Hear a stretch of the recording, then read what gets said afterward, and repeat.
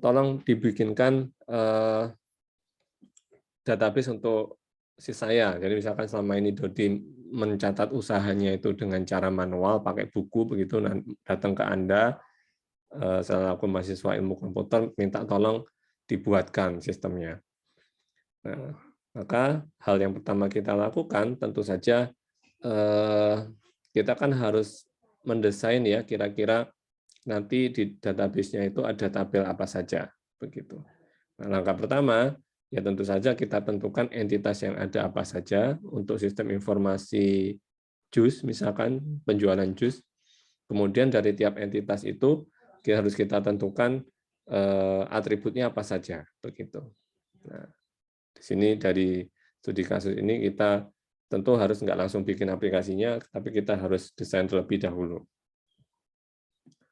Nah, dari desain kita kan kalau di yang pertemuan sebelumnya kan kita untuk menentukan entitas kan ada banyak cara ya. Pertama ya kita melihat secara fisik apa saja yang perlu dicatat dalam proses bisnis tersebut. Oh, di dalam proses bisnis tersebut Dodi punya beberapa gerobak dan ini harus dicatat gerobak mana dijual di mana begitu. Nah, artinya nanti kita punya entitas namanya entitas gerobak begitu. Nah, entitas gerobak ini nanti kan harus dicatat nih, gerobak ini di posisi di mana, kemudian mungkin alamat atau letak posisinya di mana, dijual siapa yang jual, menu apa saja yang dijual begitu.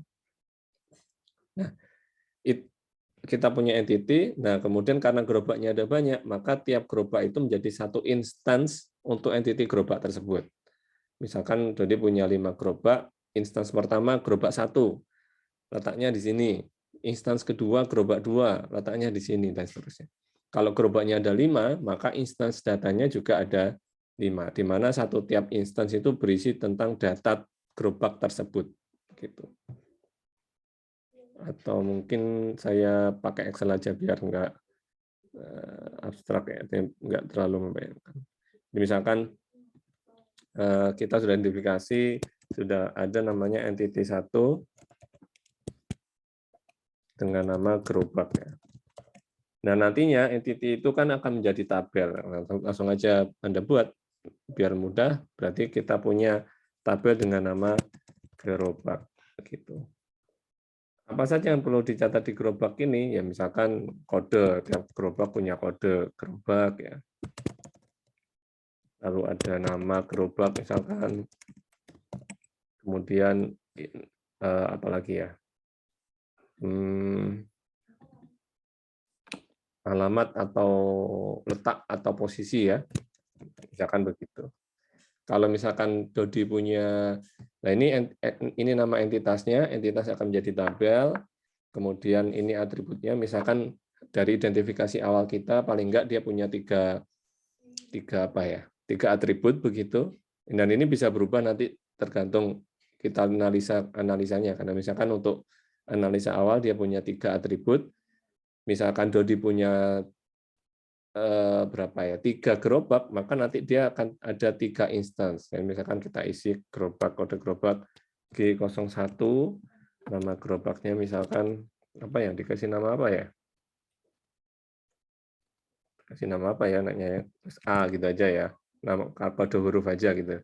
Letaknya misalkan Jalan Kalimantan. Lalu gerobak kedua G02, misalkan gerobak B itu misalkan dia di Jalan Jawa. Kemudian gerobak 03 atau gerobak C, kita kasih nama gerobak C, letaknya di Jalan mana nih, Mastrip. Nah, ini entitasnya, ini adalah atribut, di entitas dia akan menjadi tabel, atribut dia akan menjadi kolom, dan ini instance nih. Ada 3 instance data, dan 1 instance itu di tabel nanti akan menjadi 1 baris data tersendiri. Seperti itu. Ini gambarannya ya.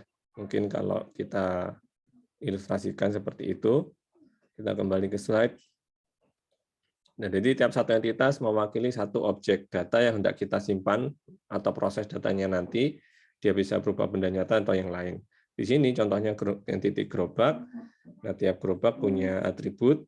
Atribut sudah kita definisikan. Kalau kita hendak isi datanya, maka satu baris data dia akan menjadi satu instance data. Nah, ini kemudian sudah dituliskan misalkan atribut entity gerobak ya. Nah, nanti kita mengenal bahwa di atribut itu dia bisa jadi multi value atau bisa jadi komposit. Kalau Anda lupa mungkin coba dibuka-buka multi value atribut itu apa, komposit apa. Secara ringkas, multi value atribut adalah ketika dalam satu sel data atau satu kolom itu, satu sel data, dia berisi lebih dari satu item data, itu multi value. Kalau komposit, dalam satu kolom, satu atribut, ya satu kolom, dia berisi banyak komponen data. Paling gampang contohnya alamat ya. Kalau komposit misalkan satu atribut ya, alamat saja, tapi di dalamnya ada jalan, ada kota, ada provinsi. Nah, berarti dia komposit tuh. Dalam satu kolom bisa kita pecah dalam 3 kolom begitu. Nah, misalkan di entity gerobak ada apa namanya? Ada atribut misalkan alamat dan pegawai gitu ya. Tadi belum kita masukkan ke contoh Excel tadi, habis ini kita masukkan. Alamat ini dia bisa jadi komposit. Ada yang itu.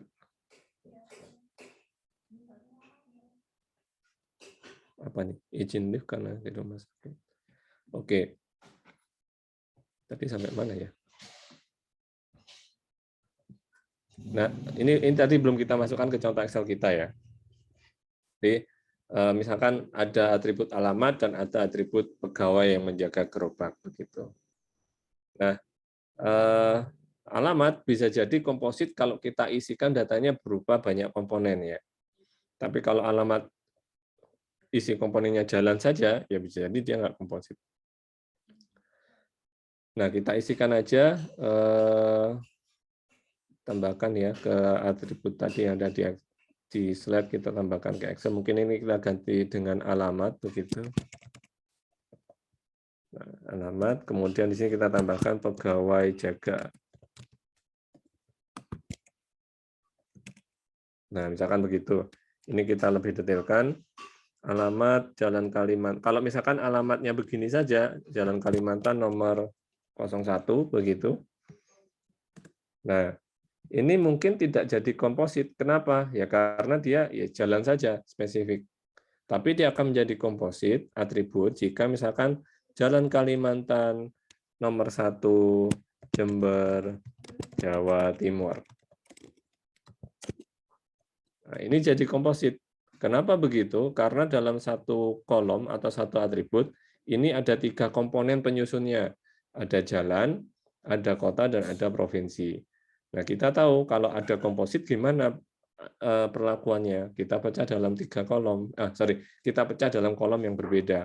Yang asalnya hanya satu kolom saja, alamat tok, lalu kita pecah dalam 3 kolom, jadinya jalan, kemudian kota, dan provinsi.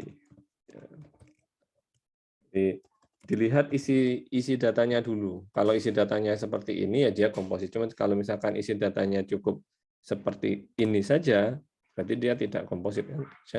Jalan saja. Loh Pak, ini kan nomor sendiri Pak. Ya cuman kan kurang logis ya jika misalkan yang asalnya alamat, kemudian kita kasih jalan, kemudian ada kolom nomor, gini kan, ya bisa sih bisa, cuman kan ya tanda petik sedikit mubazir ya. Jadi biasanya nomor rumah itu kan include jadi dengan nama jalannya. Gitu. Jadi kita lihat, kondisikan sesuai dengan isi datanya. Kalau lengkap tadi seperti tadi ya, jadi komposit ya. Jadi misalkan kita isi saja. Kalau misalkan si Dodi usahanya berkembang sampai kota-kota yang lain, ya mungkin jadinya seperti ini nanti. Jember, atau mungkin ini ya, komponen kecamatan dulu misalkan. Sumbersari, Jember. Nah, gitu. Nah, kalau seperti ini dia komposit, artinya yang asalnya tadi alamat, jadinya kita pecah jadi jalan, kemudian kecamatan, dan kabupaten. Ada 3 kolom. Begitu. Nah, kemudian pegawai yang jaga misalkan siapa ya? Misalkan ada yang jaga di gerobak 1 misalkan si Syahrul. Lalu misalkan ini Dava. Kemudian yang jaga di sini misalkan Intan. Seperti itu. Nah, ini entitas, ini atribut, kemudian ini instance datanya, seperti itu. Ada yang multi value nggak dari sini kira-kira? Kalau Anda lihat ada yang multi value nggak untuk entitas gerobak ini? Ada, Pak. Ya ada. Di alamat itu ada koma-koma itu. Nah, jadi kita lihat ya, kalau jadi multi value itu bedanya multi value sama komposit ya. Instance datanya bisa jadi sama-sama pemisahnya koma. Cuman kalau multi value itu dia satu sel data, satu sel ini nih ya, satu sel data, satu item data begitu, dia terdiri dari banyak value. Nah, banyak value. Kalau komposit, satu sel data dia terdiri dari banyak komponen. Jadi mohon dibedakan. Kalau komponen ciri khasnya itu misalkan begini nih. Jalan Kalimantan nomor 1 Sumbersari Jember. Ini Jalan Jawa 02, misalkan dia mungkin Tegal Gede atau Tegal Besar. Ini mungkin Jember. Ini misalkan Jalan Mastrip 03 Mangli Jember misalkan begitu. Nah, ini kan ini koma ya. Mungkin yang di sini pegawai jaganya saya isi Syahrul sama Doni. Kemudian Dava sama Dava sama Bejo misalkan. Intan sama Ayu misalkan begitu. Nah, ini kan sama dua atribut ini, dia sama-sama isi datanya sekilas lebih dari satu ya. Nah, begitu. Nah, cuman bedanya sekali lagi kalau komposit itu unsur penyusun datanya itu banyak elemen komponen ya yang berbeda. Ini kalau kita lihat ini komposit. Kenapa? Karena dalam satu kolom ini unsur penyusunnya ada elemen jalan, ada kecamatan, dan ada kabupaten. Begitu juga untuk data-data yang lain di instan yang lain. Begitu. Sama-sama ada komponen jalan, kecamatan, dan provinsi. Jadi beda.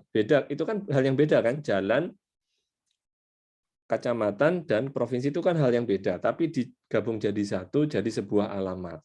Nah, ini merupakan komposit. Kalau yang ini, dia merupakan apa berarti? Ini merupakan multi value. Kenapa multi value? Karena di dalam satu isi instance datanya, dia ada lebih dari satu item data. Pegawai jaga ada Syahrul dan Doni. Begitu.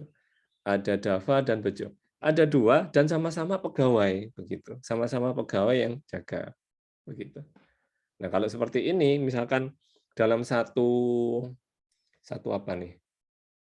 Satu gerobak itu yang jaga dua dan dicatat seperti ini, maka kolom pegawai jaga ini sifatnya dia multi value. Jadi seperti itu. Tapi kalau misalkan kebijakannya si pemilik usahanya, gerobak saya kecil kok, yang jaga cuma satu, ya berarti dia bukan multi value. Begitu. Misalkan kalau gini ya, dia bukan multi value. Tapi harap diingat, misalkan ada satu saja, misalkan gerobak 1 dan gerobak 2 ini sama-sama yang jaga satu, cuman di gerobak yang lain, misalkan ada gerobak 3, ada 2 yang jaga, begitu, maka otomatis ini kolom pegawai atau atribut pegawai jaga ini dia sifatnya multi value. Begitu ada satu saja instance yang isi datanya lebih dari satu, maka atribut pegawai jaga dia menjadi multi value. Dan kalau kita baca yang kemarin, materi kemarin kan ada perlakuan khusus ya. Kalau komposit, ada atribut komposit kita nggak apakan, kalau ada atribut multi value kita apakan.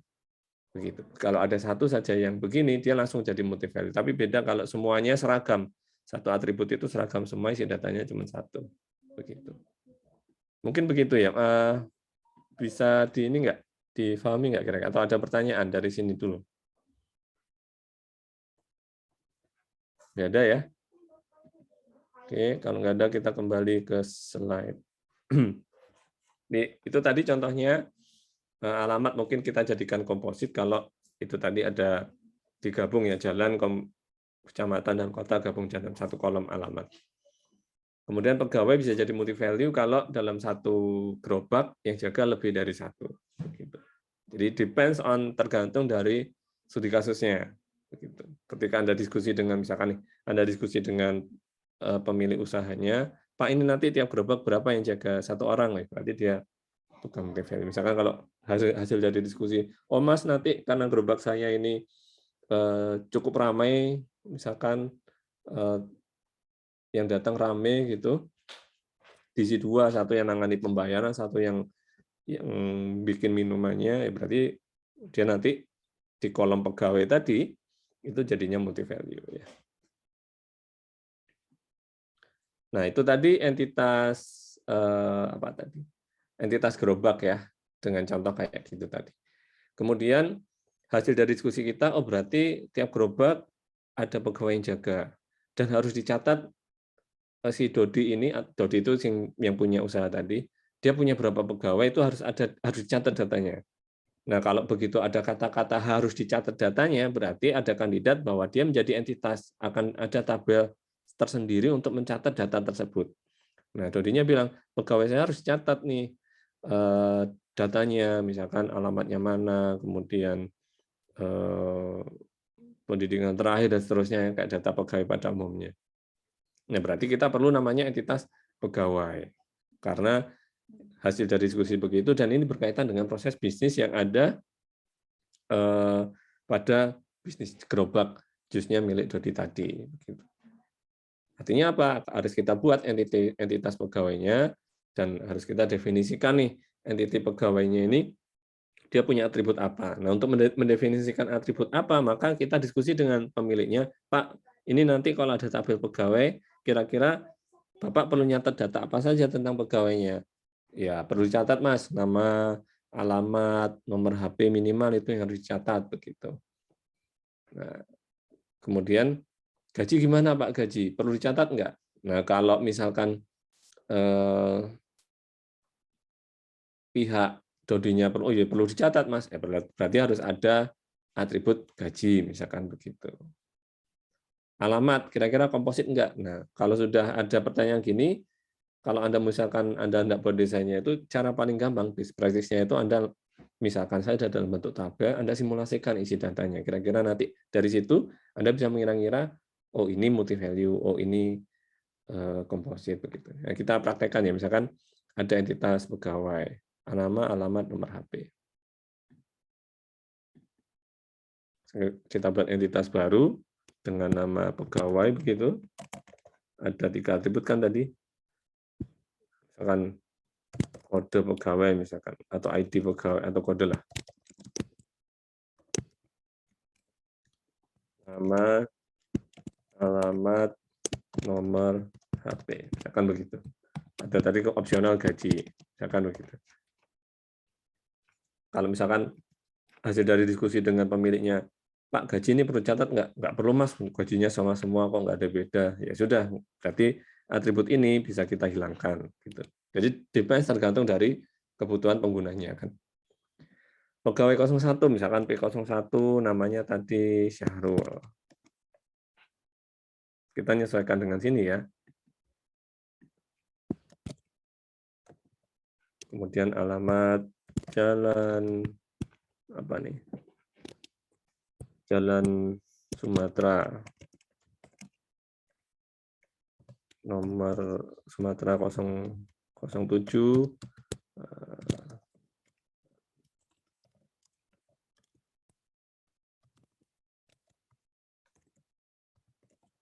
Nah, kemudian begini, kemudian Syahrul ini dia punya 2 HP gitu yang sama-sama aktif nomornya 081 222 misalkan nomor HP keduanya 081 333 misalkan begitu. Lalu pegawai dengan kode 02 misalkan ada Dava. Alamatnya jalan apa ya? Di Jember ada jalan apa namanya? Panglima Sudirman ya, saya singkat Pangsud 09 Jember misalkan. Nah ini HP-nya cuma satu dia misalkan begitu. 085777 misalkan 085666. HP-nya cuma satu ding ya. Misalkan cuma satu. Misalkan ya. Lalu pegawai dengan ID 3 yaitu Intan. Kemudian ini jalan ikan Mujair misalkan begitu. Mujair 08 Kecamatan Patrang. HP-nya dia cuma satu juga, misalkan 0821333 misalkan begitu. Nah, oke, misalkan ini atributnya, ini entitas, ini atribut, dan ini instansnya ya, misalkan 3 instance. Manakah yang komposit? Nah, kalau Anda lihat, mestinya Anda bisa mengira, oh ini komposit Pak. Kenapa? Karena ada jalan, kecamatan, dan kota. Adakah yang multi value? Ada nggak yang multi value di sini? Ada nomor HP. Yes, betul ya. Kenapa? Karena ada satu instance yang memiliki dalam satu atribut 2 value data. Satu instance dalam satu atribut ada 2 value data. Yang lain kan cuma satu, Pak. Iya, yang lain walaupun cuma satu, karena ada satu kondisi yang menyebabkan diisi lebih dari satu data, maka otomatis atribut nomor HP ini dia menjadi multi value begitu. Jadi kondisional ya.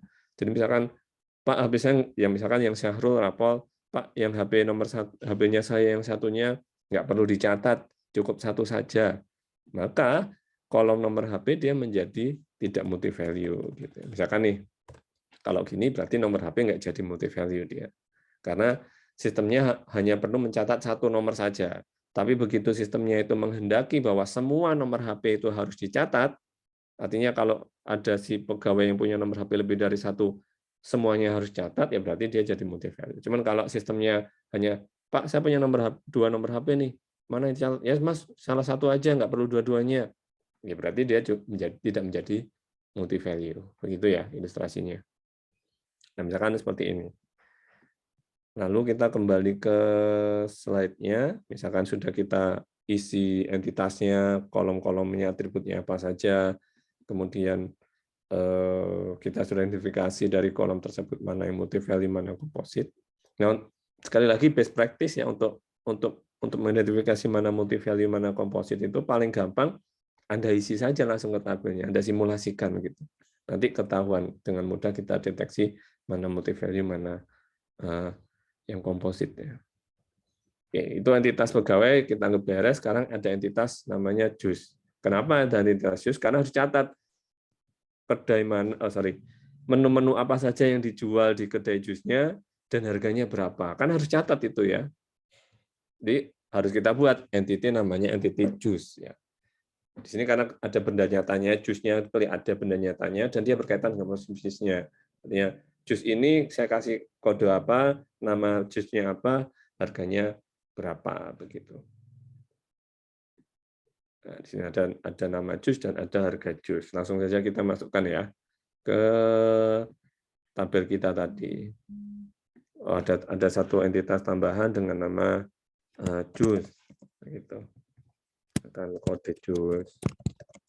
Kemudian nama dan apa tadi?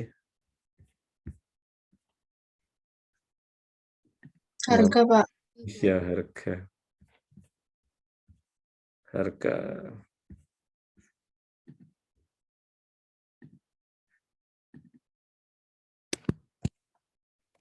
ya. Misalkan kode jus J01, nama apa ya, jus mangga, harga misalkan 9.000. J02, nama jus alpukat, harga harganya 10.000. J04 misalkan 3 belum. Jus sirsat apa sirsat tulisnya ya, 9.000. Kemudian misalkan ada 4 nih, J04 jus mangga alpukat sirsat apa ya, jambu, misalkan 10.000. Oh ya, mungkin kelupaan. Atribut-atribut selain yang multi value, komposit, ada istilahnya redundant ya. Apa itu redundant? Ketika dalam satu atribut itu muncul instance yang sama lebih dari satu kali, redundant. Misalkan dalam satu instance ini muncul item data lebih dari yang sama, lebih dari satu kali, begitu, maka dia redundant. Misalkan nih pegawai jaga somehow di gerobak keempat, nah ini muncul lagi nama Dava gini. Ini kan Dava muncul lebih dari sekali nih untuk atribut, untuk sebuah kolom, untuk sebuah atribut, maka dia ada redundant begitu. Nah, ciri khas redundant apa? Jadi misalkan kalau di sini Dava ini saya ganti, ini kan Davanya muncul lebih dari sekali nih. Misalkan gerobak 04 yang jaga juga Dava, misalkan begitu. Loh, kok bisa jadi dia berdekatan begitu? Ada 2 berdekatan dijaga oleh satu orang yang sama. Gerobak keempat juga dijaga oleh Dava. Akhirnya untuk atribut pegawai jaga, untuk entitas gerobak, pegawai jaga, ada atribut yang sama, ada 2 instance yang memiliki value nilai yang sama, maka dia ada kandidat, dia redundant. Belum tentu redundant, tapi bisa jadi redundant. Untuk mengetahuinya gimana? Jika salah satu dari yang sama ini kita ganti, maka konsekuensinya data yang sama yang lainnya juga harus diganti, maka dia redundant. Misalkan ini, Dava, Bapak, nama saya salah itu nulisnya, seharusnya pakai V. Di database pakai V, Pak. Maka di sini juga harus pakai V kan konsekuensinya, karena kan ini orang yang sama. Ya. Karena orang yang sama, ya berarti dia harus V. Berubah satu di sini, untuk atribut berubah satu mengakibatkan instance yang lain juga berubah, maka atribut ini dia sebagai redundance. Ada sifat redundance. Kalau redundance gimana? Ada ininya kan penanganannya kemarin ya. Nah, gitu. Kita kembalikan. Kemudian harga nih. Harga angka 9.000 itu muncul lebih dari sekali dan 10.000 juga muncul lebih dari sekali. Apakah ini redundant atau tidak menurut Anda? Kemarin kayaknya udah ya di salah satu kelas ya. Redundant nggak nih harga ini? Tidak ya, betul sekali tidak. Kenapa? Karena misalkan ini jus mangga harganya saya ganti, yang asalnya 9.000 jadi 15.000, katakanlah, ya 15.000. Jadi begini, apakah jus sirsat juga harus ganti 15.000? Tidak kan? Ya berarti dia bukan redundant. Begitu ya bedanya. Datanya sama nih, cuma kalau satu berubah yang lain juga ikut berubah, dia redundant. Tapi kalau satu berubah yang lain tetap nggak harus berubah, dia bukan redundant ya. Jadi seperti itu. Oke, kita isi misalkan atribut juice, entity juice, atribut yang kita isikan, misalkan jadinya seperti ini. Kita kembali ke slide ya. Misalkan ini nih ya, kita tadi sudah coba juga isikan datanya. Kemudian entity berikutnya yaitu penjualan. Nah, penjualan ini dia abstrak, nggak ada kan objek dengan nama penjualan. Tapi kan dia merupakan peristiwa ya, di mana peristiwa ini harus dicatat dalam database kita. Ya. Peristiwa penjualan harus catat apa nih? Dalam satu transaksi penjualan, kita perlu mencatat apa nih dalam transaksi penjualan? Oh, berarti ya data-data tentang proses penjualan tersebut. Apa saja datanya? Ya, ada data kapan penjualan itu terjadi, siapa pegawai yang memprosesnya, apa yang dibeli, gitu kan. Jadi kapan penjualan terjadi, siapa yang pegawai mana yang menghandle, di mana mungkin di gerobak mana itu penjualan itu terjadi, dan jus apa yang dibeli, atau mungkin bahkan siapa yang membeli itu juga perlu dicatat, begitu. Jadi item-item itu harus dicatat. Nah, sekali lagi ini tips praktis juga ya, best practice juga. Kalau Anda misalkan dihadapkan pada untuk mencatat sebuah proses transaksi ya. Jadi kan kalau benda nyata kan gampang ya. Oh jus apa tuh? Ada nama, ada harga, pegawai apa. Tapi kalau yang peristiwa ini kan abstrak ya, nggak bisa diwujudkan benda nyata itu. Untuk tahu gimana untuk mengetahui proses untuk mengetahui apa saja yang harus dicatat itu paling gampang salah satunya itu. Biasanya kalau ada penjualan itu kan ada kwitansi, ada nota ya. Nah, Anda ikuti aja di nota itu, di kwitansi itu, item-item apa yang perlu dicatat. Nota penjualan. Di nota penjualan kan Anda lihat tanggal, siapa yang beli, ya, kemudian kasirnya siapa, di toko mana itu terjadi penjualan itu, dan barang apa saja yang dibeli. Nah, itu berarti nanti harus kita catat dalam database. Kita lihat aja notanya, paling gampang kayak gitu.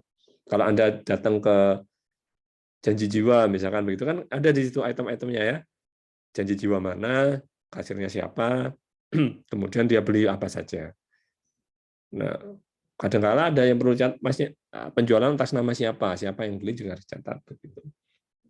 Nah, kita masukkan aja, jadi kita buat entity penjualan, ada tanggal, pegawai, jus ya. Kita masukkan ke sini ya. Nah, kita langsung aja, langsung masukkan aja. Ada entitas dengan nama penjualan, lalu tadi ada kode ya, kode penjualan. Lalu apa tadi? Apa tadi ya? Kok lupa saya.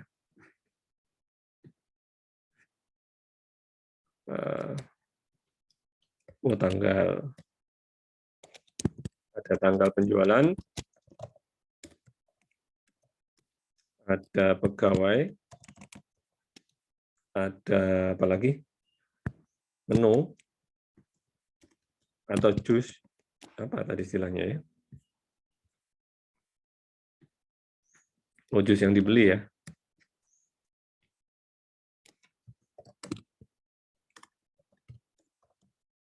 Kita tambahkan mungkin di mana itu terjadi, gerobak mana dia terjadi gitu ya. Misalkan kita isi kode penjualan P udah ya. Kode penjualan C juga udah apa ya. Order 01 X lah, X01 tanggal misalkan 11 Maret 2022, pegawai yang menghandle Java, jus yang dibeli, atau misalkan nama customer kita tambahkan deh, nama customer. Nah, gitu. Jus yang dibeli misalkan dia beli jus mangga, ada customer beli jus mangga. Nah, mungkin kita tambahkan juga jumlah ya.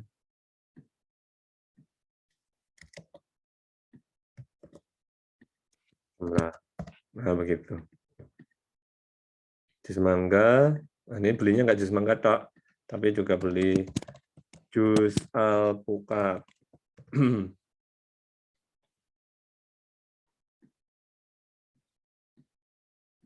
Ini enggak.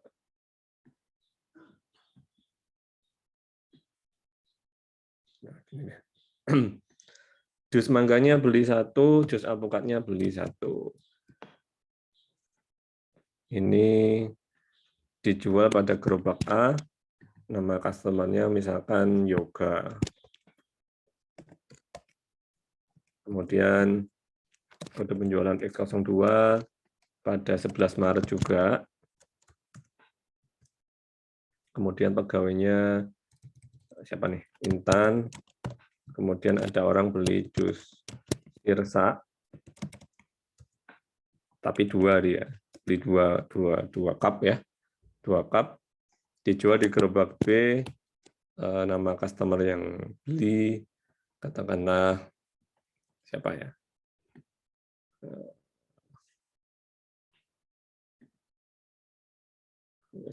Saya ambil dari nama partisipan yang ada di sini aja randomly. Akan Anda contohnya cukup 3 aja dulu ya. X03 pada tanggal 12 Maret 2022. Ini Intan lagi deh. Dan ada orang beli jus jambu sama jus alpukat. Jus jambunya dia beli 2, jus alpukatnya beli 3. Di gerobak B, nama customer-nya katakanlah Yusuf. Ya, ini langsung kita simulasikan. Ada entitas penjualan, ada atribut sekian, kemudian kita isikan instansinya datanya. Pertanyaannya, tanggal, nah ini ya, atribut tanggal, apakah termasuk redundant atau tidak? Ada yang bisa jawab nggak? Tidak, Pak. Tidak. Yes, Isaac. Betul ya. Kenapa tidak? Karena di sini ada data yang sama, cuman ketika yang satu berubah, tidak mengakibatkan ini berubah. Begitu, itu bukan redundant berarti. Pertanyaan kedua, apakah atribut tanggal ini termasuk komposit? Termasuk komposit enggak ini kalau tanggal ini? Tanggal itu ada tanggal, ada bulan, ada komponen tahun. Termasuk komposit enggak ini? Tidak, Pak. Tidak. Why? Kenapa? Karena ada tools yang memang memanage tentang tanggal. Betul. Tapi betul ya, betul jawabannya. Tapi kalau Anda menjawab iya memang ini komposit, nggak salah.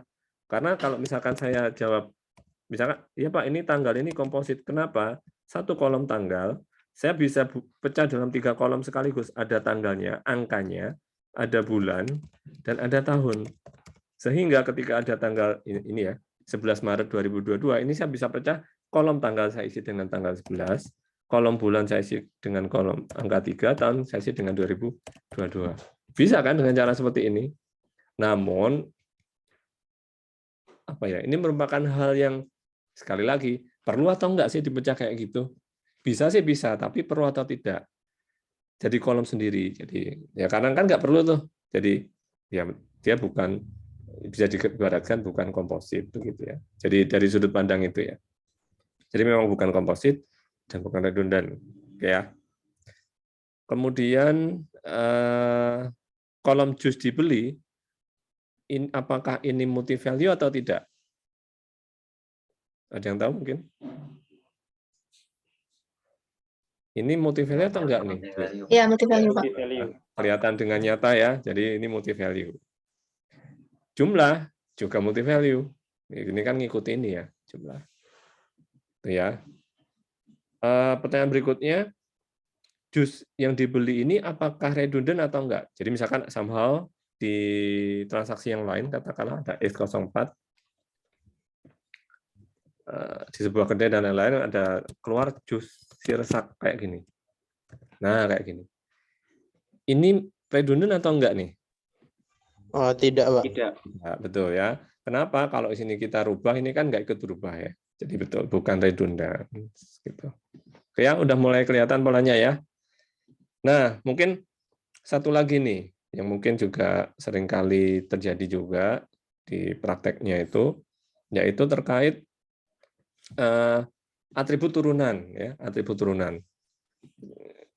Misalkan begini nih, saya tambahkan, ini saya sisip kayak geser, atau sini aja deh ya.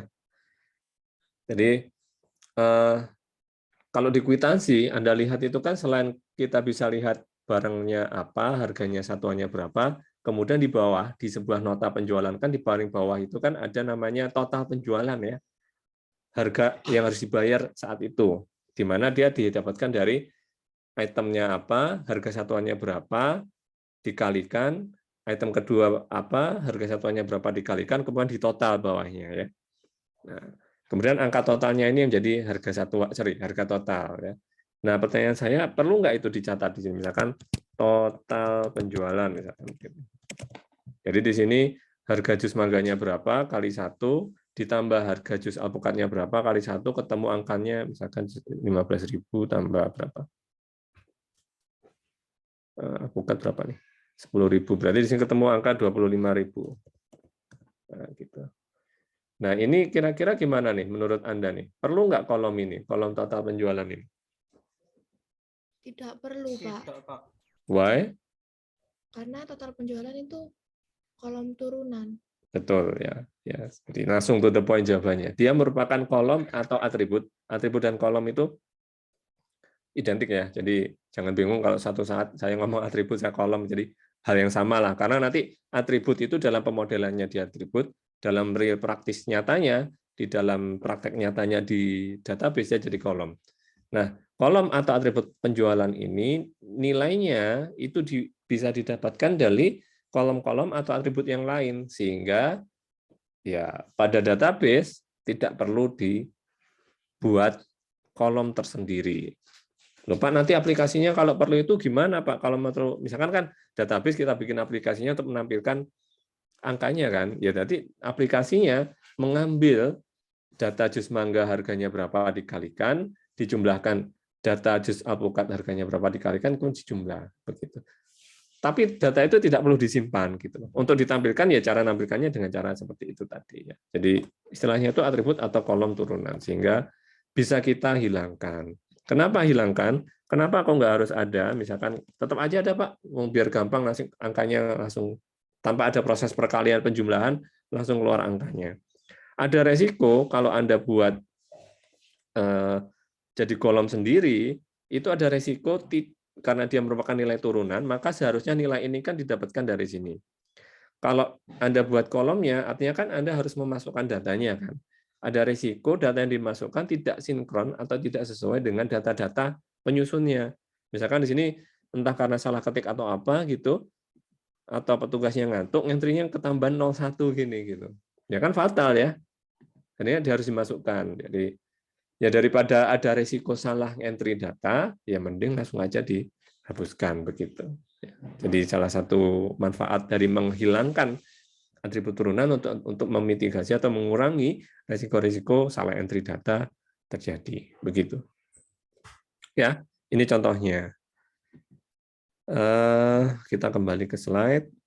Jadi ini tadi sudah kita praktekkan ya. Jadi atribut penjualannya plus tadi ada beberapa atribut tambahan yang kita masukkan ke tabelnya tadi. Nah, atribut jumlah, kemudian tadi juga sudah kita bahas, tidak perlu karena merupakan atribut turunan. Oke, nah ini tadi ya. Nah, ini kayaknya file Excel-nya saya cek belum. Jadi langsung kita bikin tadi file Excel-nya tadi.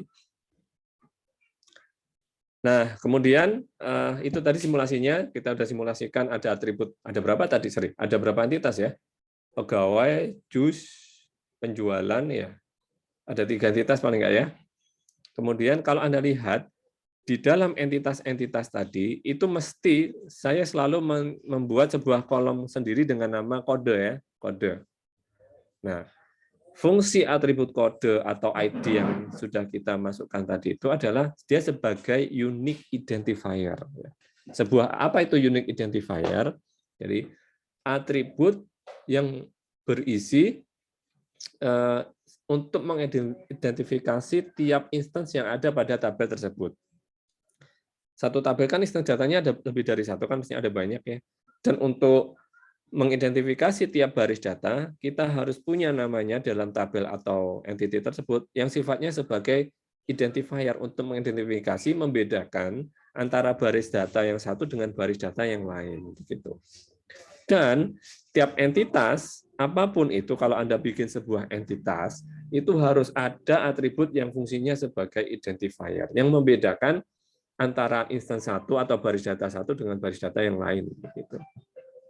Nah, kita balik ke contoh Excel-nya tadi ya.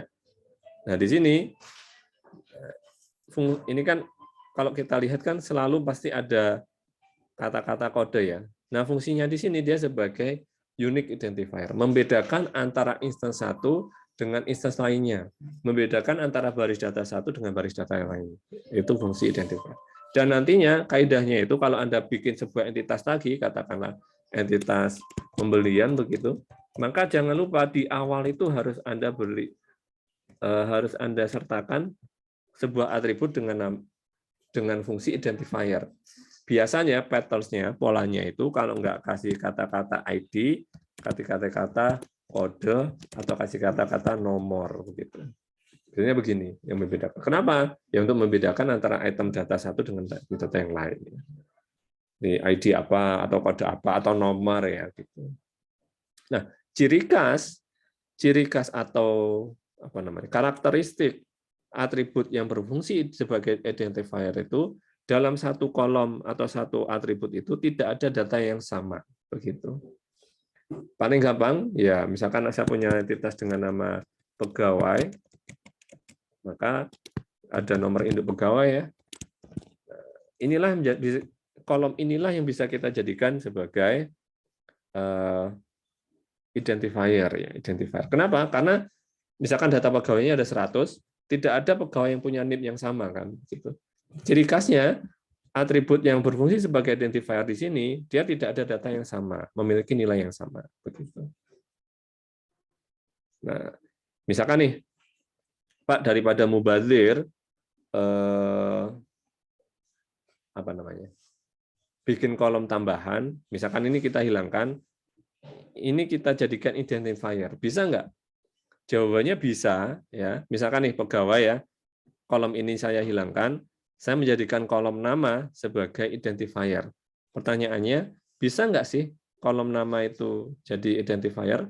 Bisa jika tidak ada satu pegawai dengan nama yang sama. Gitu. Misalkan di kolom nama ini kebetulan itu pegawainya namanya beda semua gitu. Ya bisa saja berarti kolom pegawai itu jadi identifier. Tapi kan sangat beresiko ya. Suatu saat ada orang daftar sebagai pegawai dan namanya Pak, saya mau daftar sebagai pegawai. Oke, saya terima. Siapa namanya? Namanya saya yaitu Dava. Nggak boleh Mas, sudah ada orang dengan nama Dava di sini. Nggak boleh, Anda harus pakai nama yang lain. Nggak logis kan kayak gitu. Jadi tidak kurang sesuai. Gitu.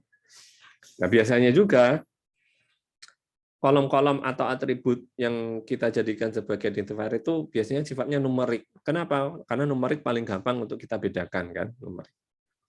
Nomor HP mestinya juga bisa. Kenapa bisa? Karena mungkin asumsinya tiap orang punya nomor HP yang beda kan, gitu ya. Nomor HP bisa, tapi itu tadi pokoknya nggak boleh ada yang satu nomor HP dipakai 2 orang, gitu. Contoh yang lain yang biasanya bisa digunakan yaitu alamat email. Alamat email kan biasanya melekat dengan satu orang ya. Satu orang punya satu alamat email. Jarang sekali satu alamat email untuk 2 orang sekaligus kan jarang. Biasanya begitu. Cuman kan kekurangannya mungkin alamat email ya itu tadi ada risiko. Pak, alamat email saya sama dengan itu, kalau mengirim email ke saya pakai emailnya dia aja nanti disampaikan ke saya. Ada risiko kayak gitu. Ada satu email yang dimiliki oleh 2 orang. Ada risiko, kemungkinan kedua yaitu alamat email kan cenderung panjang ya. Nah, itu kan semakin panjang karakter ya perlu space penyimpanan semakin banyak juga. Gitu. Nah, jadi mungkin paling gampang sih pakai angka ya, kode atau angka atau ID seperti itu. Nah, itu penjelasan terkait unique identifier ya. Jadi harus unik, tidak boleh ada 2 instance data yang memiliki nilai ID yang sama ya. Saya pikir mudah ya. Kemudian berikutnya terkait atribut, ada sifat namanya opsionalitas. Opsionalitas ini bagi 2 ya, ada mandatory dan opsional. Ketika sebuah atribut dia sifatnya itu mandatory, that mean artinya atribut tersebut harus ada isi datanya. Wajib, mandatory itu wajib. Tapi kalau opsional berarti kolom atau atribut tersebut boleh tidak diisi. Begitu. Sebagai contoh nih, kita kembali ke Excel ya. Nah, misalkan begini nih, mana ya? Ya ini misalkan nomor HP nih. Kalau dia mandatory, artinya semua instance data itu harus ada isinya, misalkan P04 ISNA ini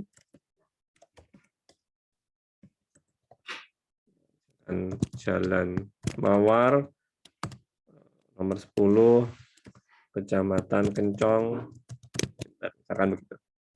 Nah, nomor HP itu kan ada dua alternatif opsionalitas ya, opsional atau mandatory.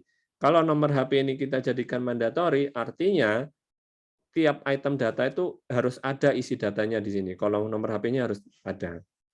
Tidak boleh kosong begitu. Tapi kalau di opsional, ya ini boleh dikosongi, gitu aja sih gampangnya ya, opsional. Oh, kolom nomor HP ini opsional, boleh diisi, boleh tidak, begitu. Tapi kalau kolom nomor HP ini dia sifatnya mandatory, ya harus ada isinya, nggak boleh kosong, gitu. Itu paling gampang ya. Kemudian atribut turunan tadi sempat kita singgung juga terkait nilainya, nilai dari atau value dari atribut tersebut bisa didapatkan dari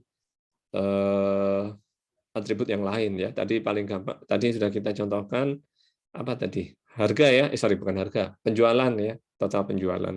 Itu.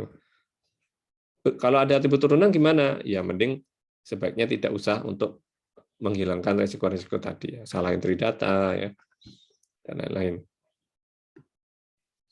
Nah, kita masuk ke bab berikutnya yang menurut saya ini termasuk paling susah ya kalau kita belajar di database, yaitu relationship atau hubungan antara dua entitas.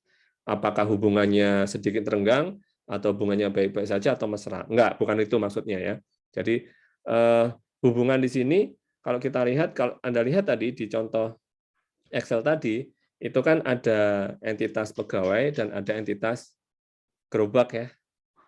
Nah, ada hubungan di situ kenapa? Karena ada dua entitas yang memiliki atribut yang sama atau beririsan begitu.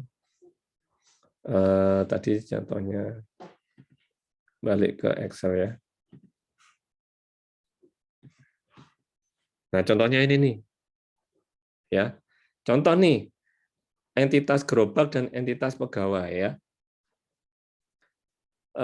Ketika ada dua entitas atau lebih yang memiliki nilai atribut atau atribut yang sama, ada kemungkinan besar ya, dan bahkan bisa dipastikan antara dua entitas itu dia memiliki hubungan. Hubungan di sini bukan hubungan seperti hubungan antara manusia ya. Jadi di sini kalau kita lihat entitas gerobak itu ada sebuah atribut dengan nama pegawai jaga, di mana nilai yang ada pada atribut pegawai jaga ini milik entitas gerobak itu diambil dari entitas pegawai atribut nama. Nah, ini jadi mungkin saya kasih warna aja ya. Misalkan nih ya, pegawai jaga di sini, atribut pegawai jaga milik entitas gerobak itu kasih warna apa nih? Kuning. Oh, sana bukan fontnya ya. Mungkin mana ya? Nah, ini. Ini sama dengan ini. Maksudnya sama itu apa? Bukan sama exactly same ya, tapi value atau nilai datanya itu merujuk pada ini, gitu, kolom ini. Nah, begitu. Nah, kemudian kita lihat selain ini ada data di sini juga sama, gitu ya. Kalau kita lihat nama ini juga dirujuk juga pada entitas penjualan, yaitu di sini, begitu. Nah, kalau sudah ada data kayak gini, berarti antara entitas gerobak pegawai dan penjualan itu ada relasi, gitu. Ada sebuah atribut yang nilainya itu saling mengacu, saling merujuk, begitu. Berarti ada relasi. Nanti Anda pelajari jenis relasinya itu macam-macam ya. Relasi antara entitas itu macam-macam. Ada entitas suka sama suka tapi enggak bukan gitu, tapi entitasnya macam-macam. Ada one to many to many, atau one to many, one to one, atau many to many, gitu ya. Nah, tapi itu nanti ya. Nah, kemudian kita lihat juga, wah kalau gitu kan kemungkinannya ada banyak, Pak. Iya, Anda perhatikan lagi, misalkan, nah di sini ya, entitas JUS untuk kolom nama menu, ya, ini mungkin saya kasih ini hijau, gitu. Ini sekali lagi juga direfer ke sini ya. Ini ngerefernya ke sini. Ya, nama menu dan di sini juga dia dirujuk dipanggil ya, gitu. Berarti antara entitas JUS dan entitas entitas penjualan itu harus akan ada relasi. Kenapa? Karena nilai-nilai yang ada di entitas nama milik nilai-nilai yang ada di atribut nama milik entitas JUS itu juga diakses di sini. Di atribut JUS yang dibeli milik entitas penjualan. Nama-nama di sini kan merujuknya ke sini, ya. Kan nggak mungkin suatu saat somehow pada tanggal 13 Maret pada tahun 2022 ada orang beli begitu, ada pegawai siapa gitu, kemudian ada orang beli suatu saat tapi dia belinya jus strawberry. Kan nggak mungkin kayak gini. Loh kenapa? Di daftar menunya nggak ada kok tiba-tiba ada jus strawberry.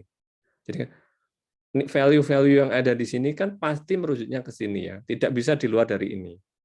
Kalau ada begitu ada jus strawberry di sini, berarti di sini juga harus ada jus strawberry. Begitu. Kelihatan ya polanya ya. Jadi, sehingga di sini karena di sini merujuknya ke sini, ya, kalau di sini ada value tertentu dan dia harus ada juga di sini, ya berarti antara atribut nama milik entitas JUS dan atribut JUS dibeli milik entitas penjualan, dia ada relasi. Seperti itu. Mengidentifikasinya begitu. Ada atribut yang nilainya itu saling berkaitan. Gitu. Ya.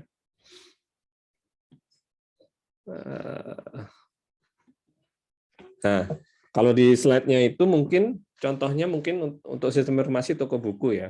Jadi penjualan toko buku dengan pegawai. Kira-kira ada relationship nggak? Jika misalkan pada entitas penjualan itu dia mencatat siapa pegawai yang menjual, ya berarti antara entitas penjualan dengan pegawai itu ada relasi. Namun jika di entitas penjualan itu tidak menyinggung sama sekali tentang pegawai siapapun manapun, ya berarti tidak ada relationship. Entiti buku dengan penerbit, apakah ada relasi? Jika misalkan di tabel buku itu ada kolom dengan nama penerbit, di mana kolom nama penerbit itu diambil di tabel penerbit, ya berarti harus ada relasi. Begitu. Jadi jika sebuah kolom merujuk pada kolom lain di tabel yang lain, berarti ada relasi antara dua tabel atau dua entitas tersebut. Begitu. Nah, mungkin sampai sini dulu ada pertanyaan atau ada bab yang kurang jelas terkait konsep maupun contoh tadi mungkin. Ada yang kurang jelas atau perlu saya ulangi? Bisa difahami ya? Oke. Kalau ada mungkin jangan ragu-ragu aja ya, langsung pakai chat juga boleh atau langsung permisi Pak, langsung open mic tanya gitu juga nggak apa-apa ya. Jadi daripada sudah sampai akhir kemudian balik lagi ke depan terangkan lagi basic kan. Daripada seperti itu, langsung tanyakan aja. Oke, kita lanjut aja kalau gitu sambil jalan. Nah, tadi ya ciri khas adanya relationship kayak gitu ya. Nah, mengidentifikasinya itu ya, jadi memang ini bab yang kalau kita belajar database itu salah satu topik yang nantinya kalau Anda praktek ya, Anda bikin, kalau pakai contoh ini kan, kalau misalkan Anda praktek bikin sistem apa, pakai database apa gitu, biasanya sudah menemui ini kayaknya ada relasi nggak sih, nah gitu ya. Nah caranya itu seperti yang saya jelaskan tadi. Jadi kalau misalkan Anda punya data disimpan dalam tabel yang terpisah begitu, ada tabel A dan ada tabel B, ada titik A dan titik B begitu, maka untuk mengidentifikasi ada tidaknya relationship, sekali lagi paling gampang untuk menambah data di tabel A membutuhkan pencatatan juga dari tabel B. Atau sebaliknya, Anda nambahkan di tabel B, data baru di tabel B, membutuhkan pencatatan data dari tabel A. Kalau itu terjadi, That means antara A dan B, antara entitas A dan B tadi ada relasi.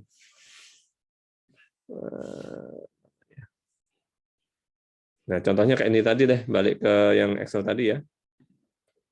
Maksudnya menambahkan data, perlu menambahkan data di tabel yang lain seperti apa, Pak?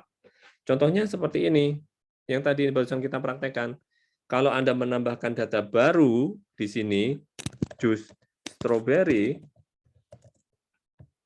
nah di sini kan,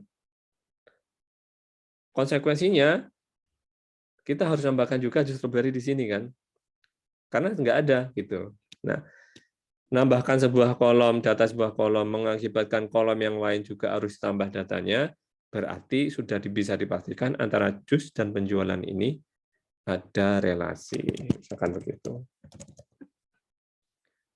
Itu kalau proses menambahkan. Bagaimana jika proses merefer, Pak? Jika saya hendak menambahkan data baru, saya harus merujuk data di tabel yang lain, berarti dia harus ada relasi. Misalkan nih, saya punya gerobak baru lah, atau si Dodinya punya gerobak baru. Saya nambahkan data baru. Atau di sini, Dava di sini saya ganti ya. Kalau tadi kan nambahkan, ini ilustrasi nambahkan pakai ini ya. Bagaimana kalau merubah suatu data di sini mengakibatkan data yang lain juga berubah. Misalkan di sini nih, si Dava di sini kelihatan ya, warnanya fontnya gelap, saya ganti dengan putih. Nah, mungkin ini lebih kelihatan. Nah, begini ya. Kalau Dava di sini saya ganti pakai huruf V, nah, begini, mengakibatkan konsekuensi di Dava di tabel yang lain juga harus diganti. Ini konsekuensinya harus diganti, jadi Dava juga. Nah, kalau ini terjadi, ini berubah, mengakibatkan ini juga berubah, maka bisa dipastikan antara gerobak dan pegawai itu ada relasi. Gitu ya. Jadi ada dua contoh tadi dengan cara menambahkan. Saya nambahkan jus baru di sini, mengakibatkan di sini juga harus ditambah. Berarti dia ada relasi. Dengan cara merubah, saya merubah suatu data di sini, mengakibatkan data sini juga berubah, berarti ada relasi. Begitu. Cara mengidentifikasinya begitu. Di paling awal, pertama kan kita buat entitas banyak ya. Nah, untuk mengidentifikasi apakah ada relasi antara satu dengan lain, pertama dari atributnya.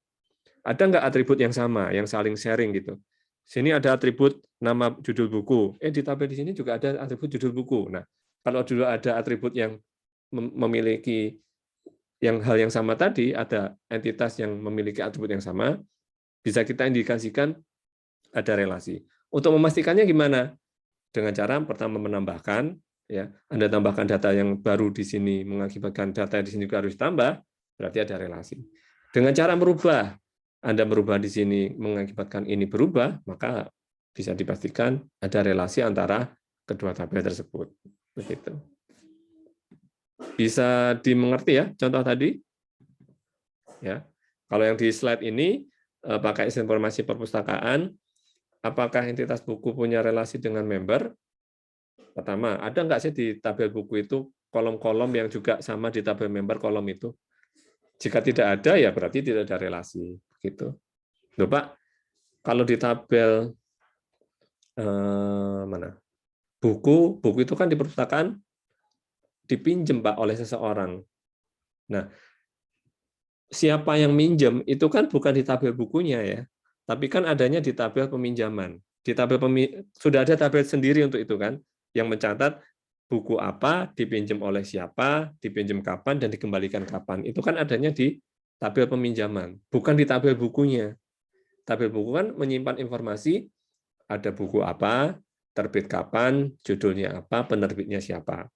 Perkara yang minjem itu siapa, adanya kan di tabel yang lain. Jadi tidak ada direct relationship antara tabel buku dengan tabel member. Bisa difahami nggak maksud saya? Itu ya. Kemudian ini tips juga untuk misalkan Anda sudah punya di database Anda sudah banyak ada banyak tabel ya. Anda bikin matriks 2 dimensi begitu, lalu ditandai dikasih mark ya, marking begitu entitas-entitas yang saling keterkaitan tadi. Nah, di slide-nya ada contohnya nih. Nah, begini. Misalkan studi kasusnya sistem informasi perpustakaan, penjualan atau perpustakaan buku ini, penjualan buku ya, penjualan buku. Nah, semua entitas Anda taruh ke tabelnya, gitu. Ke tabel matriksnya maksud saya. Ini entitas.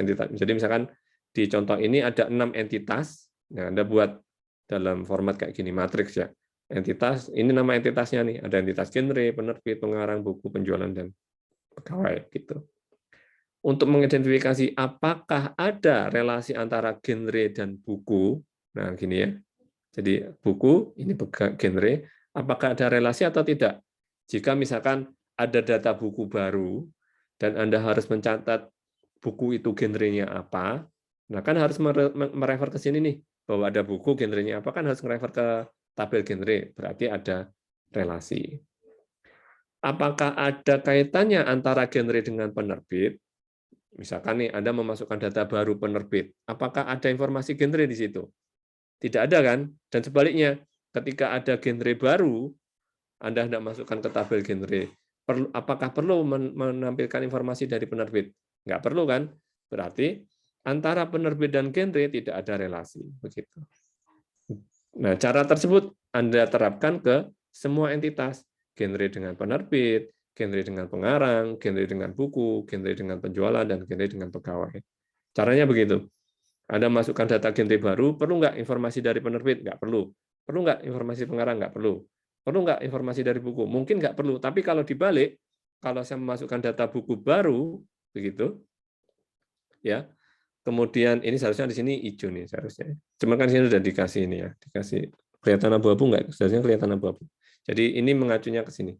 Anda masukkan data buku baru, memerlukan informasi dari genre, berarti di sini ada relasi begitu. Ini tadi ya, menambah buku baru tidak perlu mencatat penjualannya, gitu kan. Untuk menambah penjualan baru perlu mencatat bukunya di tabel penjualan. Gitu. Ada tabel sendiri penjualan, gitu. Tidak ada direct relationship, gitu. Jadi relasinya dengan penjualan, gitu. Nah, cara seperti ini nanti bila Anda coba artinya per tabel perlu dilakukan ya.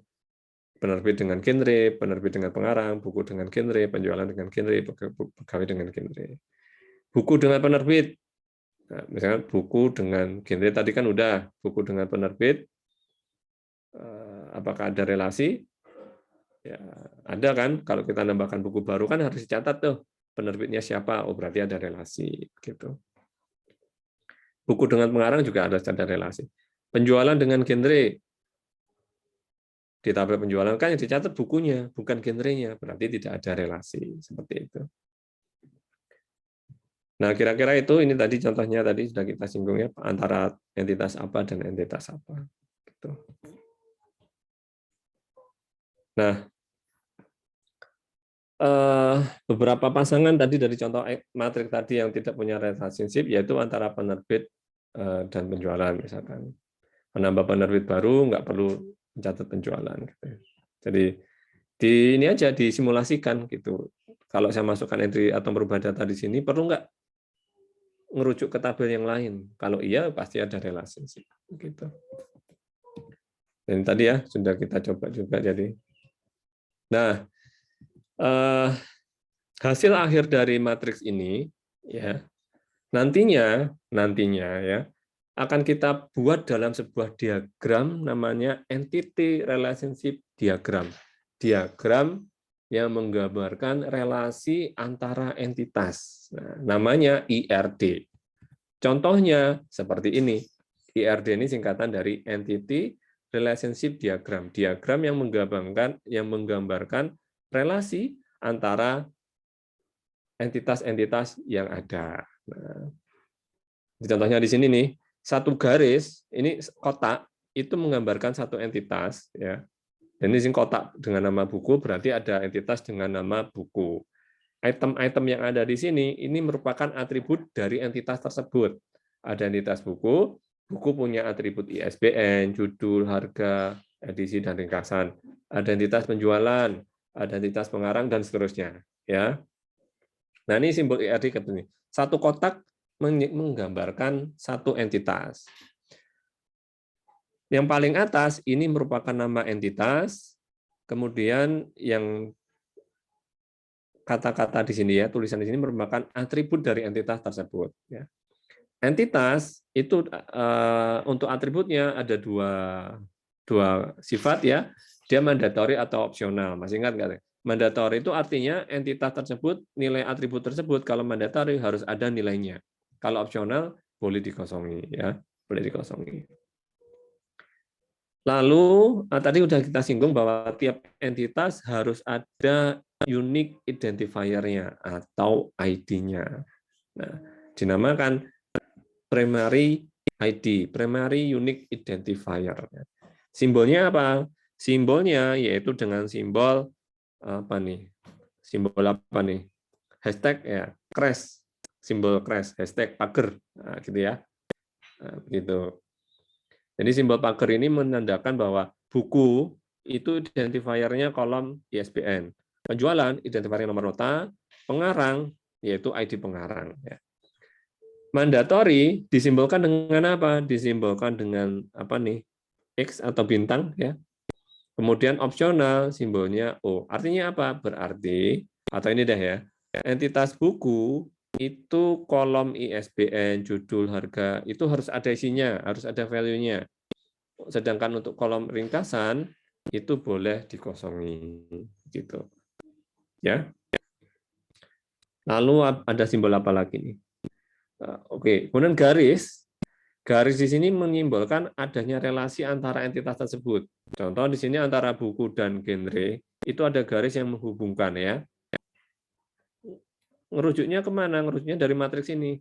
Nah, nih, buku kan sama genre ada relasi. Berarti harus ada garis yang menghubungkan. Di diagramnya itu ada garis yang menghubungkan antara buku dan genre. Kalau kita lihat, buku itu ada relasi dengan genre, penerbit, dan pengarang. Kita lihat ke diagramnya.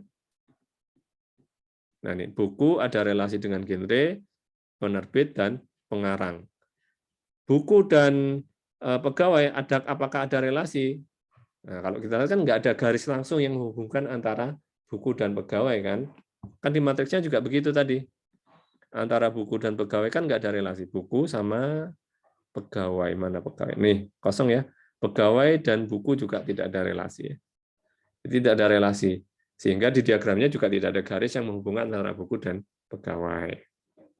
Nah, seperti itu. Nantinya kalau Anda lihat ini garisnya beda ya, ada kakinya 3, di sini kakinya 1 ya. Kakinya 3, ini sama-sama kakinya 3.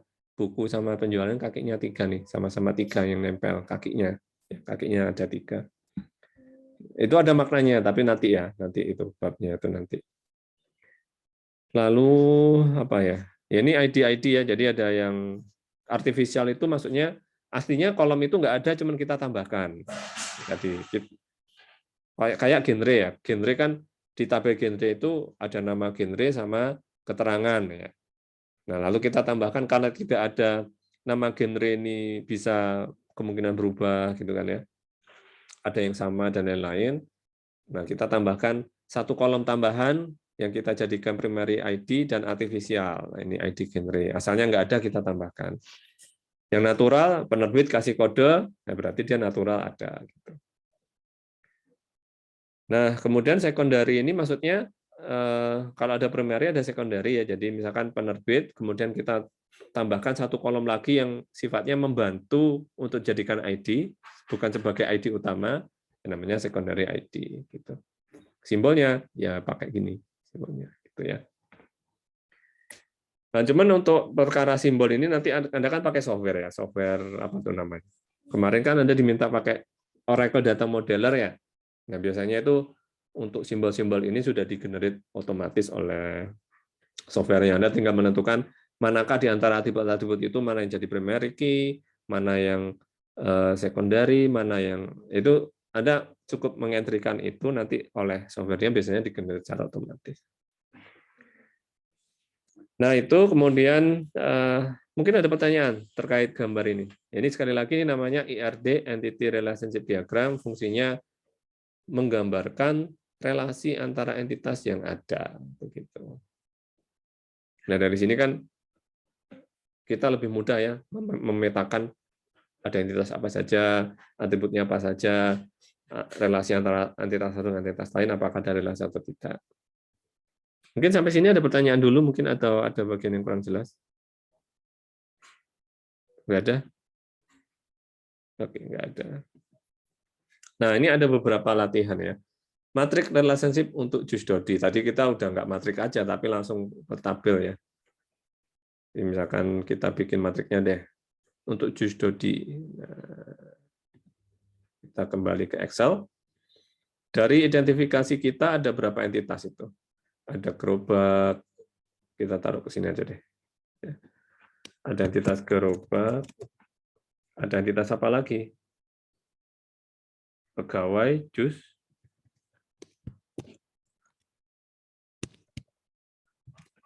lalu ini apa? Penjualan ya. Ada 4 entitas saja ya. Ini saya hilangkan biar nggak bingung.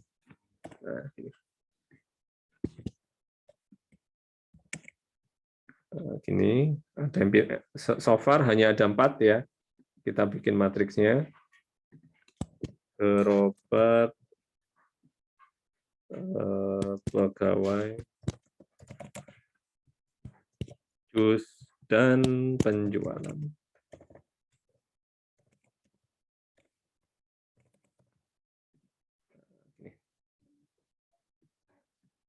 Ini mungkin kan nggak mungkin ya pegawai dengan pegawai gitu. Ya walaupun nanti di diagram bisa jadi terjadi ya. Cuman kita untuk sementara bisa kita abaikan dulu. Nah, ini kita merahkan. Nah, ini nggak perlu diisi karena nanti kan berulang ya. Oke. Antara gerobak dan pegawai ada relasi nggak kira-kira? Gerobak dan pegawai ada nggak? Ada. Ada. Dari ini ya. Kalau kita masukkan data baru di sini kan harus merujuk ke sini. Sini berubah, sini juga harus berubah. Berarti ada. Mungkin kita kasih warna apa ya? Kuning deh. Kuning ya.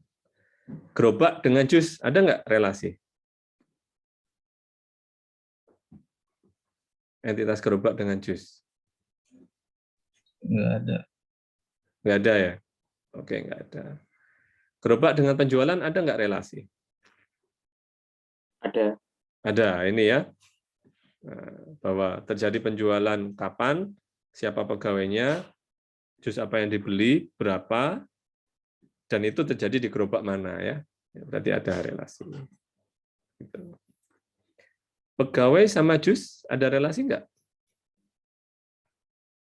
Nggak ada. Nggak ada. Pegawai sama penjualan ada relasi nggak? Ada. Ada. Mana? Ini ya. Jadi nama-nama pegawai yang ada di sini, ini kan ngerujuknya ke tabel pegawai. Ya. Berarti antara pegawai sama penjualan ada. Oke. Sekarang jus sama penjualan ada nggak relasi? Ada. Ada ya, karena di tabel penjualan itu mention jus yang dibeli dan itu merujuknya ke tabel jus sehingga di sini ada relasi. Nah, udah terpetakan kan? Berarti nanti di gambarnya itu, di gambar yang dibuat itu nanti jus itu punya, jadi ada empat kotak. Gambarnya gimana ya di sini ya? Jadi nanti akan ada 4 kotak, 4 entitas, gerobak, pegawai, jus, dan penjualan. Dan nanti karena di sini jus punya relasi ke penjualan itu punya relasi ke gerobak, pegawai, dan jus. Berarti nanti ini ada ada garis yang menghubungkan ya, ada garis yang menghubungkan antara gerobak dan pegawai dan penjualan. Gerobak dengan pegawai dan penjualan. Pegawai ada garis dengan penjualan dan jus ada garis yang dengan penjualan. Antara jus dan gerobak tidak ada relasi, antara pegawai dan jus tidak ada relasi. Mungkin kita gimana ya untuk menggambarkan ya. Jadi mungkin gini deh. Misalkan di sini ada kemudian di sini ada pegawai, kemudian di sini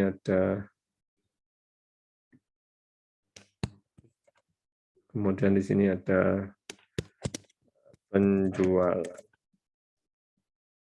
Lalu, nah, oh sorry. Nah, ya. Nah, kemudian tadi nih gerobak sama pegawai. Berarti antara gerobak sama pegawai ada garis yang menghubungkan ya. Gerobak sama jus nggak ada, gerobak sama penjualan berarti ada relasi.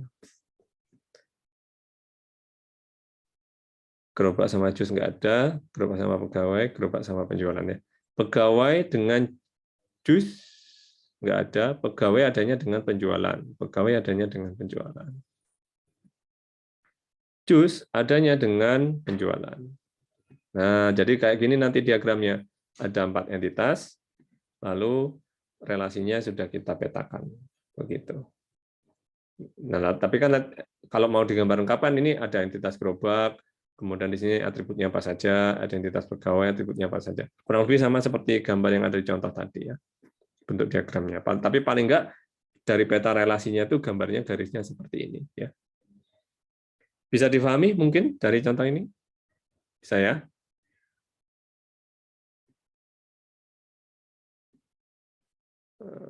Jadi ini tadi udah kita praktekkan. Nah, atributnya tadi langsung ini kayaknya udah nanti di file Excel tadi kan sudah kelihatan ya entitasnya apa saja, atributnya apa saja, relasinya apa saja. Lalu terakhir, fun fact, jadi jika ada relasi antara A dan B, akan muncul satu foreign key di A atau B. Gitu. Nah, nanti foreign key ini kayaknya, yang foreign key itu adanya kolom yang sama ya. Kayaknya karena konsep key juga belum diterangkan ya. Insya Allah minggu depan. Maksudnya begini, jika ada relasi, contoh ya, saya ngambil dari gerobak sama pegawai nih. Ini kan ada relasi nih. Ya. Nah, nanti di sini akan muncul foreign key. Foreign key itu apa? Kolom yang kita jadikan key, kayak tadi ya, identifier, di mana nilainya itu merujuk di kolom di tabel yang lain. Sebagai contoh di sini, ini kan primary key-nya nih, primary identifier-nya ya, kode gerobak yang membedakan antara instance satu dengan instance yang lain. Nah, antara gerobak dan pegawai ada relasi, maka di sini kolom pegawai jaga ini kita bisa jadikan sebagai kolom foreign key, di mana kita isikan foreign key itu apa? Sebuah kolom yang berisikan primary key tabel asalnya. Nah, di sini nih, pegawai jaga ya, ini kan merujuknya ke nama pegawai yang dari sini. Nah, primary key-nya apa nih? Primary key-nya kan kode pegawai nih. Ya. Jadi si Syahrul ini primary key-nya apa? P01, berarti ini kita ganti dengan P01. Gitu. Dava kan merujuknya ke sini. Dava primary key-nya apa? P02. P02. Intan primary key-nya apa? P03. Berarti ini P03. Nah, jadi foreign key kayak gitu. Tapi detailnya nanti di pertemuan selanjutnya insya Allah. Tapi mekanisme foreign key seperti itu. Artinya di sini nanti bisa kita ganti juga. Ini kan Dava nih. Dava kan merujuknya ke sini. Berarti ini kita diganti apa nih? Berarti di sini ganti apa? Value Dava. Kenapa? 02. Ya betul, P02 ya. Ini jadi ganti P03. Betul, P03 ini juga ganti jadi P03. Nah, ini menjadi foreign key. Ini dan ini ada relasi ya. Berarti apa nih? Di sini ganti apa nih berarti? C01 sama C02. Betul ya. C01, apa tadi? Aduh lupa tadi. C02. C02 ya. Lalu jus sirsa ini J0 sirsa 3 ya. Jus jambu apukat. Jambu itu J04, apukat J02. Berarti J04, J02. Strawberry, nah strawberry nggak ada. Misalkan di sini ada strawberry menu baru ya, J05. Maka di sini ganti jadi J05. Nah ini jadi foreign key. Kalau Anda, misalkan Bapak ini nama customer nih, misalkan yoga, di sini muncul lebih dari sekali nih yoga. Nah, tadi kemarin apa prosesnya? Jika ada, ini kan redundant nih ya, Ini maksudnya orang yang sama, bukan ada dua orang yang sama-sama namanya Yoga. Jadi si Yoga ini beli 2 kali. Antara Yoga satu dengan Yoga yang ini memang orang yang sama, dia beli lebih dari sekali. Nah, ini kan redundant ya. Redundant kan kalau gitu. Tapi kalau ada 2 orang yang sama-sama bernama Yoga, dia nggak redundant. Tapi kalau ini 1 orang namanya Yoga, beli lebih dari sekali. Nah, ini dia berarti redundant. Nah, kalau redundant begini, kita apakan kemarin? Kita potong, ya. Kita jadikan entitas sendiri kan ya kemarin, masih ingat nggak? Kita jadikan entitas sendiri, kita bikin dengan entitas baru dengan nama customer. Nah, begitu. Jangan lupa dikasih ID customer. Nah, gitu kan? Lalu CU01, CU02, dan ini saya ganti dengan CU03. Yoga di sini kita hilangkan. Dan, gitu, jadi tabel sendiri dengan nama customer. Nah, di sini lupa, ini kan tetap perlu mencatat siapa yang beli. Ya sudah, Anda beli, Anda kasih lagi customer.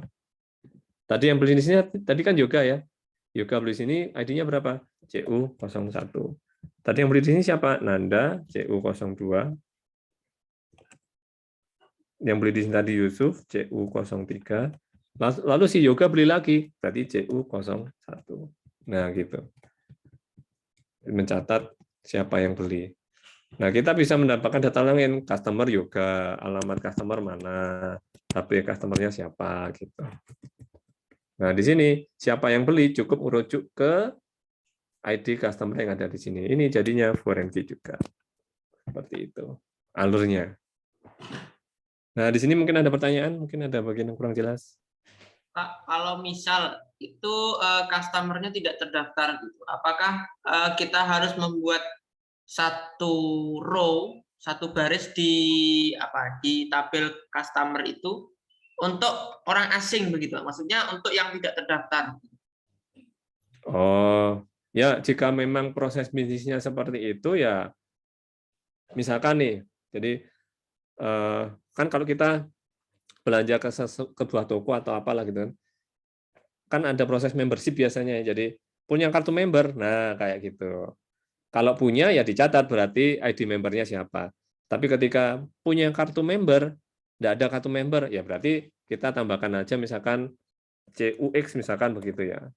Berarti not member berarti. Misalkan begitu. Jadi ini untuk memfasilitasi menyimpan, tetap kita catat bahwa ada orang beli, cuman dia bukan member kayak gitu, not member misalkan gitu. Sehingga ketika ada transaksi kelima ada orang beli dan ketika ditanya, Masnya member sini enggak?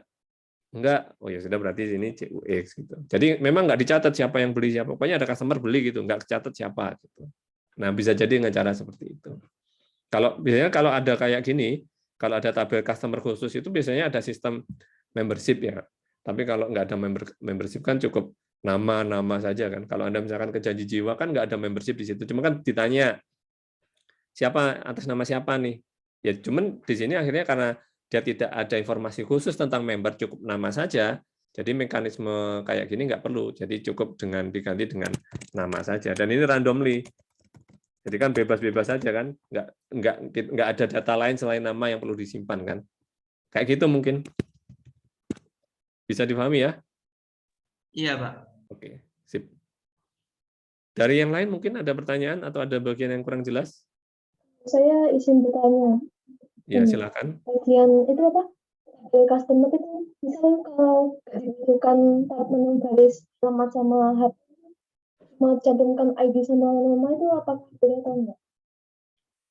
Gimana? Mohon diulangi. Tadi saya kurang jelas. Di tabel customer ya. Itu kalau misal dibutuhkan alamat sama HP itu bukan cuma ID sama nama dicantumkan, itu boleh atau tidak? Jadi kolom saja. boleh. Cuman kan kalau dua gini saja kan, jadi begini, ketika kita nambahkan tabel baru nih, biasanya misalkan tabel customer nih kita jadikan tabel sendiri, biasanya ada informasi customer yang perlu disimpan lebih detail. Namun jika termasuk ada mekanisme membership lah ya. Jika misalkan ada undian berhadiah, customer dengan ID sekian jadi pemenang, nah itu mungkin perlu tabel tersebut. Dan misalkan kita buat tabelnya, tapi saya nggak perlu Pak nyimpen alamat sama nomor HP.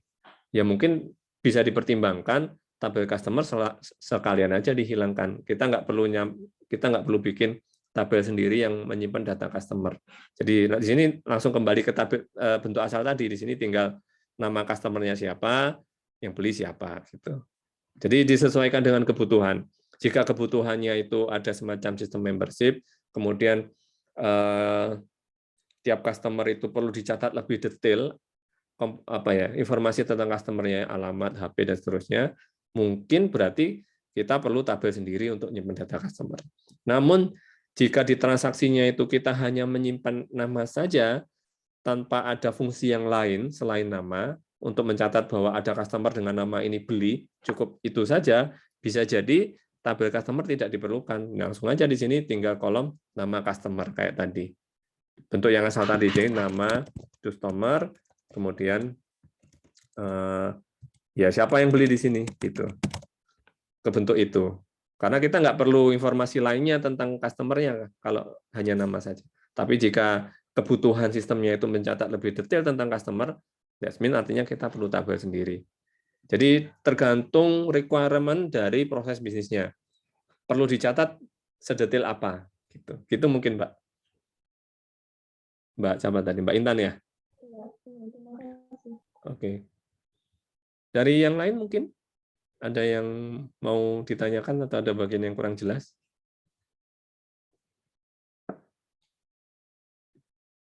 Cukupkah? Karena slide-nya kayaknya udah selesai juga ini. Fun fact ini satu akhirnya. Nah, kira-kira seperti itu mungkin. Nggak ada ya? Baik, jika tidak ada mungkin bisa diakhiri perkuliahan kita pada pagi hari ini. Semoga bermanfaat ya apa yang kita bahas. Jika ada yang kurangnya saya mohon maaf. Nanti mungkin silakan sisanya bisa diskusi dengan asisten atau dengan dosen juga boleh, tanya via WA dan lain-lain ya. Itu saja dari saya. Kita jumpa lagi di kesempatan insya Allah. Terima kasih. Assalamualaikum warahmatullahi wabarakatuh. Selamat pagi. Waalaikumsalam. Waalaikumsalam warahmatullahi wabarakatuh. Terima kasih, Pak.